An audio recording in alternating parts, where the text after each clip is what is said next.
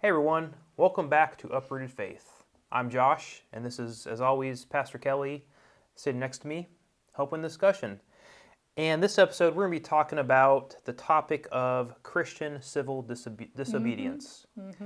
And as we were talking this week, I think it's been weighing on both of our hearts and our minds, just with the unrest that has happened or has picked up recently with all the protests around the ICE agents going to the different cities. And maybe just to set some background, I did some searching on the timeline of all the escalation that's happened in Minneapolis, as this is a current event that's happened at the time of the recording of this video. So I just wanted to maybe level set with that and then feed in some other background and we can start the discussion. So with the Minneapolis escalation, so this started back in December 2025 when there was federal enforcement of a new operation called Operation Metro Surge, which launched, and one of the first cities to get that operation was Minneapolis. So there was a large deployment of ICE agents into Minneapolis, and there were reports at the time from observers that there was increased use of force against the community members and observers. There was arrests and use of chemical agents just to maybe try to stop the protests, and it culminated in January 7th, 2026 is when is reported an ICE agent fatally shot a U.S. citizen by the name of Renee Nicole Good, and at that time that then launched additional protests across the city that have been going on since. And then January 24th, there was a recording of a second shooting by an ICE agent that fatally shot a second U.S. citizen by the name of Alex Preddy. So over about a month of protest, or maybe more, since those agents did come into the city,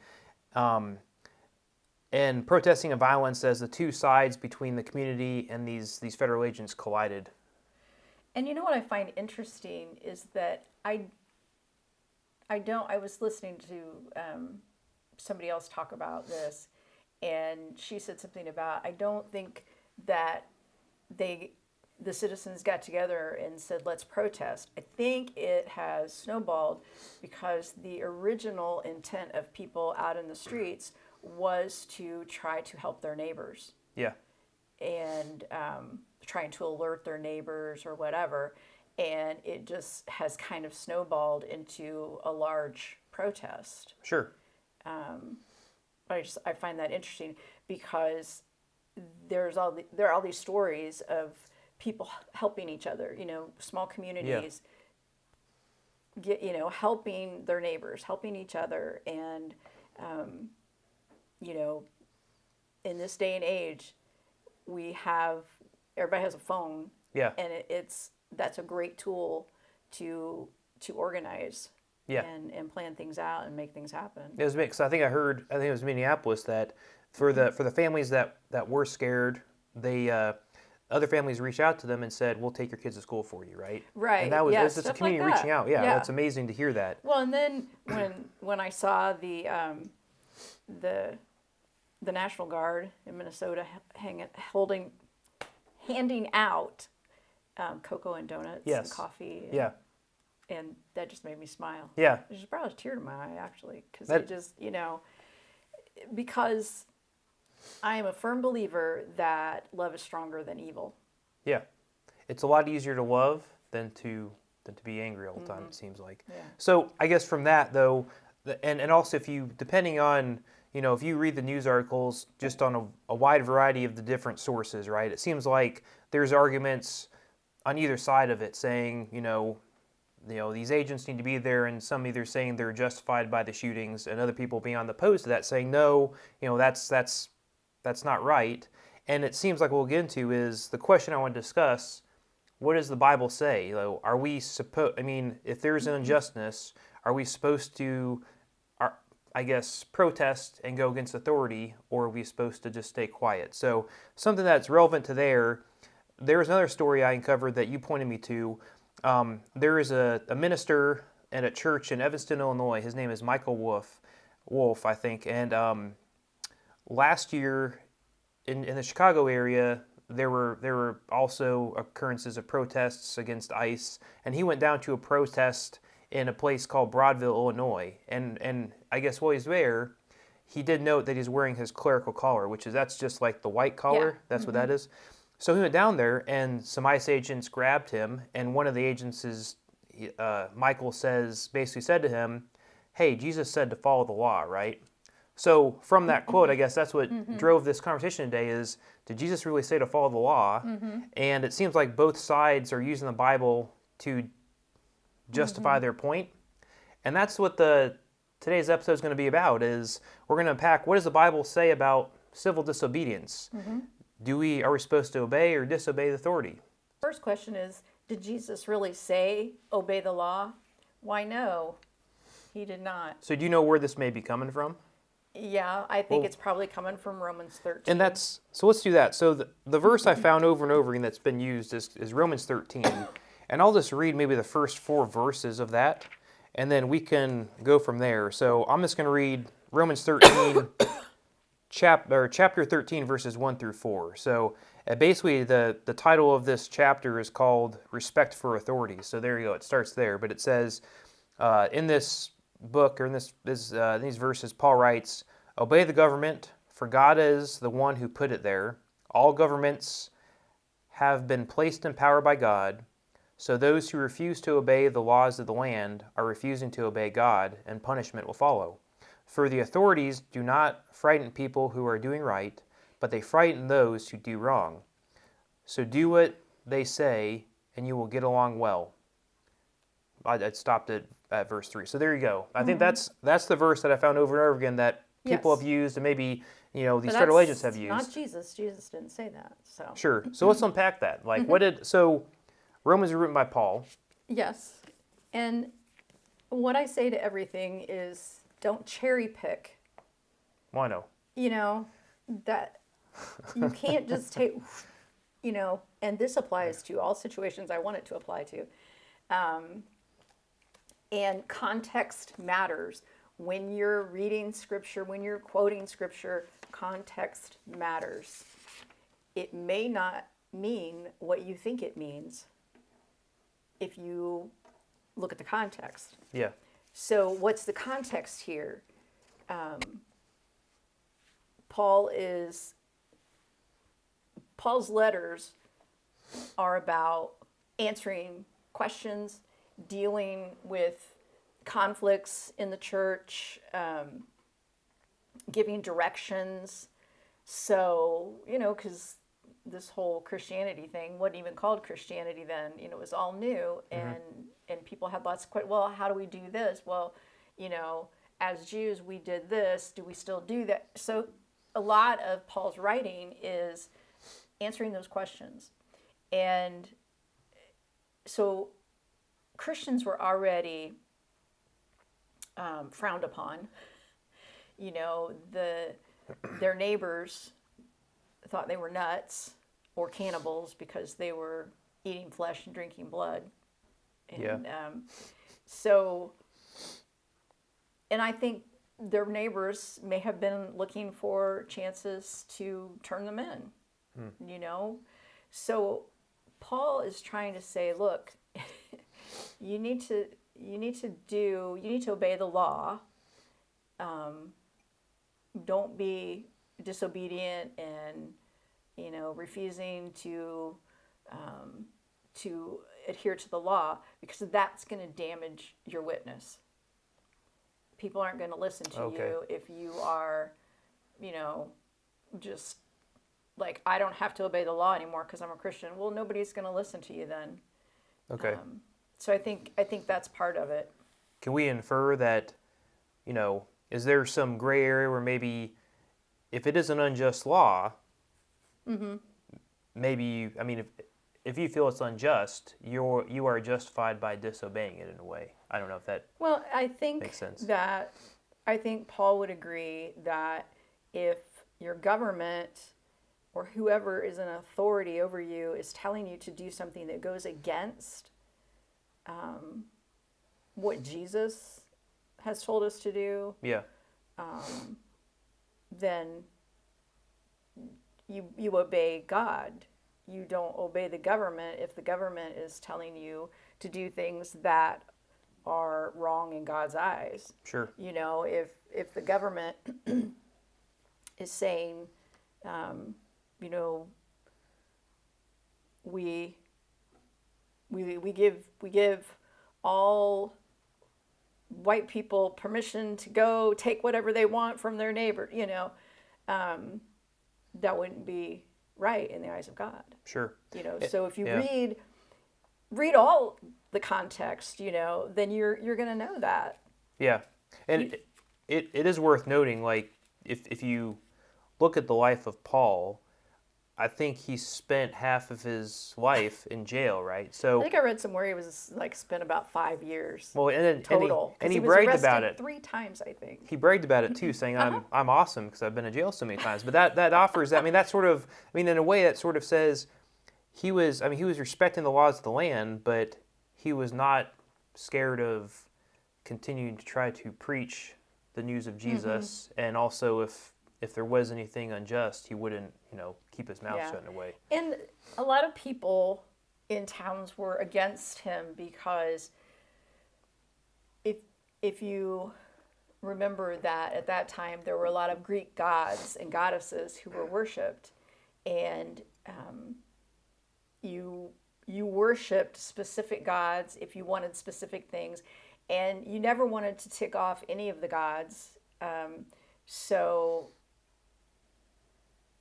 And you were supposed to go to the market and buy statues of the gods and buy offerings for the gods and all that. So here come the Christians, and they're like, we don't need to do any of that because we worship the one God and Jesus Christ. So we don't need any idols. We don't need any sacrifices. And that's not good for business. Yeah. So they were already, they were not liking Christians. So when Paul is preaching the Christian message, that made them angry. Okay. And so that's where he gets thrown in prison. Yeah. Because people don't want him doing that. Sure. I did find also Romans 13, when I was doing some research, it said it was actually used for people that are against the American Revolution to use it to say we shouldn't be fighting against England. They use that. And also I think it was used as well during the Civil Rights Movement in the 1960s to say you shouldn't be disobeying the law. Like with the bus boycotts and everything else, the authorities used that to try to drive, no, you need to obey because, we're put in place. But if you look at the story of Scripture, if you look at God's story, you see, Micah 6:8, what does the Lord require of you? To do justice, to love mercy, and to walk humbly with your God. So, sure. And all throughout, the prophets were like, Israel has not been obedient to God because they are doing injustice. They are cheating their own people, and so on and so forth.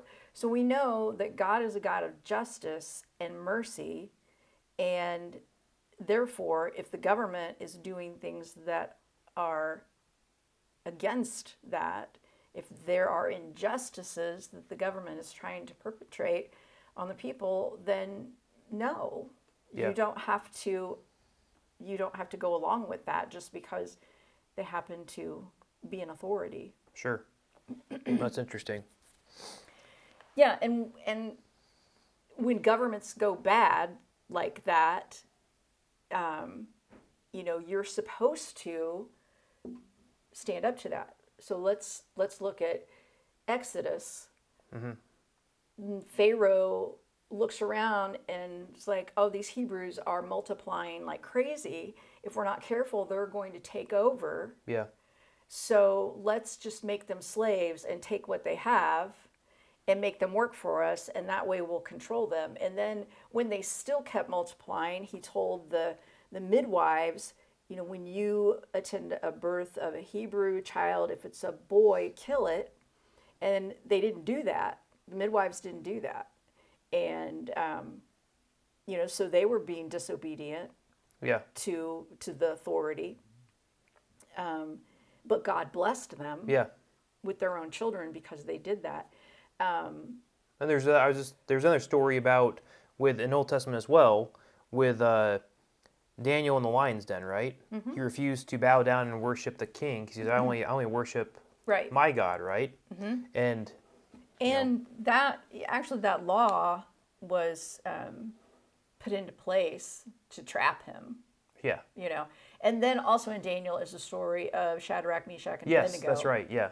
And if you've never seen the VeggieTales version called Rack, Shack, and Benny, you should Rat check Shack that and out. Benny. Yeah. I have not seen You that. should Yeah. you should watch that. It's really good.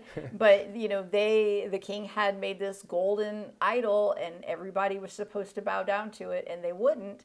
And they were arrested, and we're going to throw you in the fiery furnace.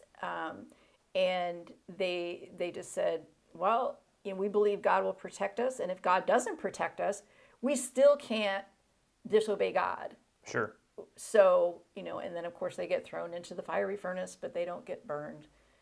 So I think the Old Testament's got plenty of stories of people that were protesting or causing civil disobedience against refusing to obey laws that they thought were unjust.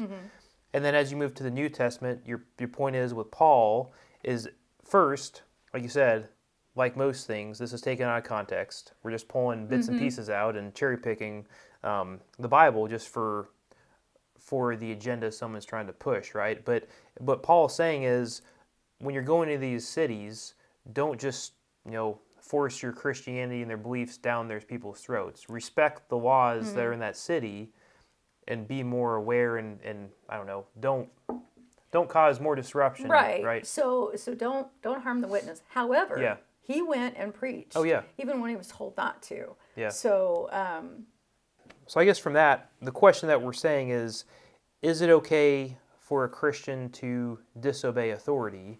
And I think like we're unpacking is there's been countless examples of that. And this sort of goes against, Jesus' preaching, because Jesus' preaching, like you mentioned, is all about love and support for the people in the margins and everything. And if anything, he also, showed protest against authorities. I mean, he tipped over the tables in the temple, right? Yeah. I mean... Yeah, and so Jesus stood up to the religious authorities who were in cahoots with the civil authorities. Yeah. But a lot of times, they were trying to trap him by saying, well, the law says this, why aren't you doing it? Or why aren't your disciples doing that? Or why are they doing this, which they're not supposed to do? And Jesus would, point out to them, you are missing the point of the law. The law isn't there to make life harder. It's there to protect people. It's supposed to be a good thing. Yeah. And there are always exceptions to rules. And so he was trying to get that across. It didn't work, but Yeah. because then he got killed eventually. But Yeah. And then another place. This is Acts 5, and Peter and the apostles were. This was very early in the church. They were preaching, and and the Jewish authorities were like, "Shut up! Stop talking! Nobody wants to hear this. You're messing things up." And it says Peter and the apostles replied, "We must obey God rather than humans." How should we be reacting to all this unrest that's going on around our nation? Well, I think that's an individual response. Okay. Some people are going to go out in the street and protest. Sure. Some people are going to take somebody else's kids to school. Yeah. We have to do what God lays on our hearts to do. And, not every Christian is going to agree. Sure. There are some Christians who support the work of ICE. Yeah. And they think protesters are just, worthless people who should get a hobby or something. I don't know. Yeah. And so, they're never going to be out there protesting. But, when you are convicted of doing justice and loving mercy and being humble before God, then, you know, it may lead you to disobey. Well, that's good points. Well, that's good discussion. I appreciate you helping with this conversation. Hope you watching have gotten something from this discussion. I'm curious if you watched this long, if there are any other, I guess we'd like to hear your thoughts. If you have any thoughts on this topic, put them in the comments. But you know, we just touched on Romans 13. Are there any other verses you've heard used to either justify violence or obedience to authority that maybe we can unpack in a future episode? Yeah. Now, I will say, violence is not the answer. Yeah. Now, yes. now, if we go get in our cars tonight and somebody jumps out and, you know, is like attacking you, I'm probably going to resort to some violence there. Sure. You know, if somebody were to do something to my child, oh yeah, there's going to be violence. Yeah. I'm throwing hands, even though I probably couldn't do much damage, but I would try. Yeah. And, you know, but violence, you know, as a way of civil disobedience is usually counterproductive. Sure. And certainly right now it would be. Yeah. It would be. So I still say love is stronger than evil. And that is our greatest weapon, is love. Is love. Give everybody a Coke or a Pepsi, whatever that commercial was. So, yeah, thanks for watching. Again, you can chat with us in the comments. You can also reach us at the email address that's in the info below the video. So, until next time. Hey, but don't forget to like this video. Yes. And subscribe, because liking and subscribing really helps our channel grow. Well, until next time, we'll see you later. Bye.